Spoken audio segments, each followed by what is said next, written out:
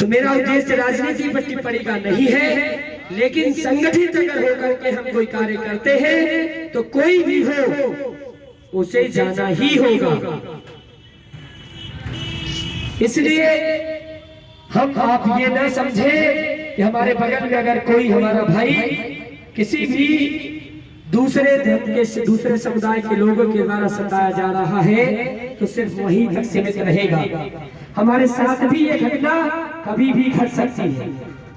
हमारे उनका मनोबल इतना हाई हो जाता है, वो निश्चित आज भी आप जिस प्रयागराज शहर में हैं, आप 4 साल 5 साल पहले 6 साल पहले इस प्रयागराज शहर में जो बात मैं आपके समक्ष कर रहा हूँ, इस खुले मंच से खुली आवाज से ये बात कहने का साहस शायद ही कोई रखता था। ऐसा मातम और ऐसा डर का माहौल यहाँ चलाया जा रहा था। लेकिन अगर आप में करने की क्षमता हो, अगर आप करना चाहेंगे तो सब कुछ संभव है।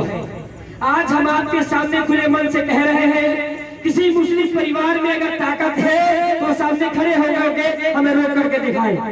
किसी भी मुस्लिम परिवार में हिम्मत है तो हमारी बातों को रोक काट करके दिखाए। लेकिन ये आया कहां से है? ये आया है आपके संगठित होने के परिणाम से, ये आया है आपके संगठित होने के नतीजे से। हम आप अगर संगठित होंगे तो हमने जो कल्पना की है हिंदू राष्ट्र की, वो अवश्य पूरा होगा। लेकिन इसको पूरा करने के लिए हमें आपका सहयोग चाहिए। हम आपके सहयोग से ही आगे बढ़ पाएंगे। इसलिए हम इस मंच के माध्यम से, इस कार्य के माध्यम से हम इवेंट करके आपको सिर्फ एक दूसरे से गले लगने के लिए नहीं बुलाए, हमने वास्तविकता से सरोकार करने के लिए बुलाया है।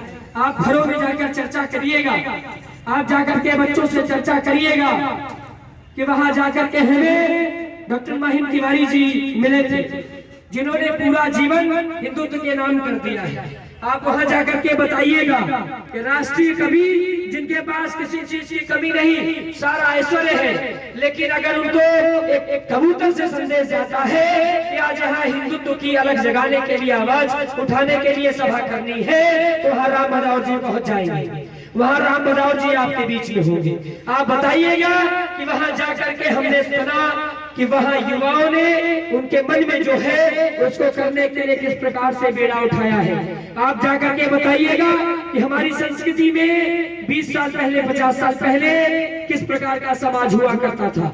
आप वहां जाकर के बताइएगा बच्चों को कि हम आज किस दौर में पहुंच गए हैं, और उनको ये भी बताइएगा कि अगले 10 साल के बाद आपका समाज कहां पहुंच जाएगा।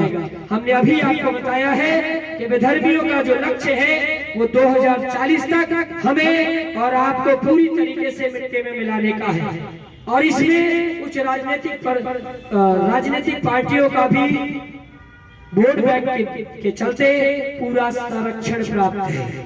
इसलिए संगठित होकर के अगर हम सभी नहीं रहेंगे तो निश्चित तौर पे मान लीजिए कि भारतवर्ष अब अखंड भारत की परिकल्पना जो हम कर रहे हैं उसको छोड़ दीजिए।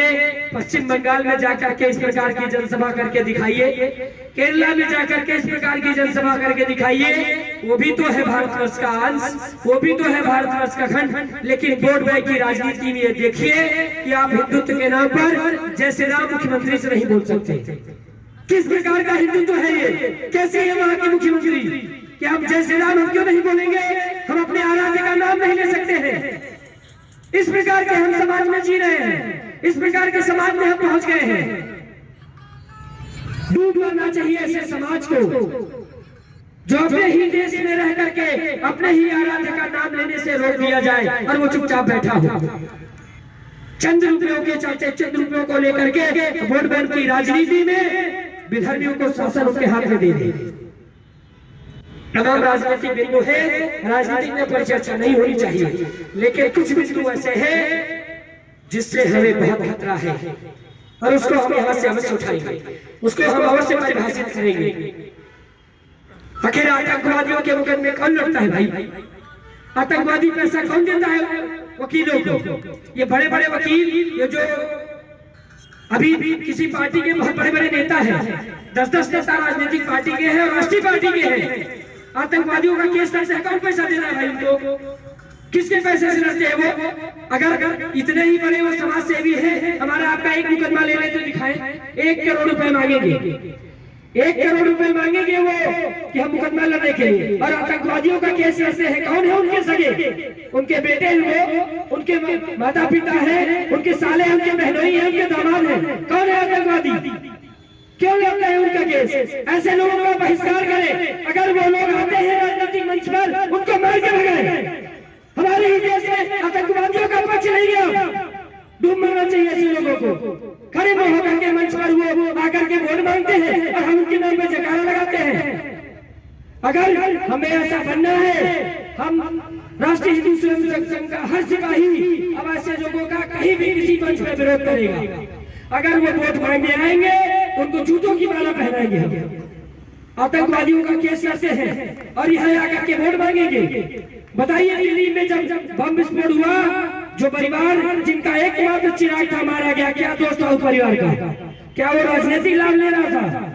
जो वहां पर जितने भी परिवारों की दुकानें उजड़ गई, उनको रोजी रोटी कौन देगा?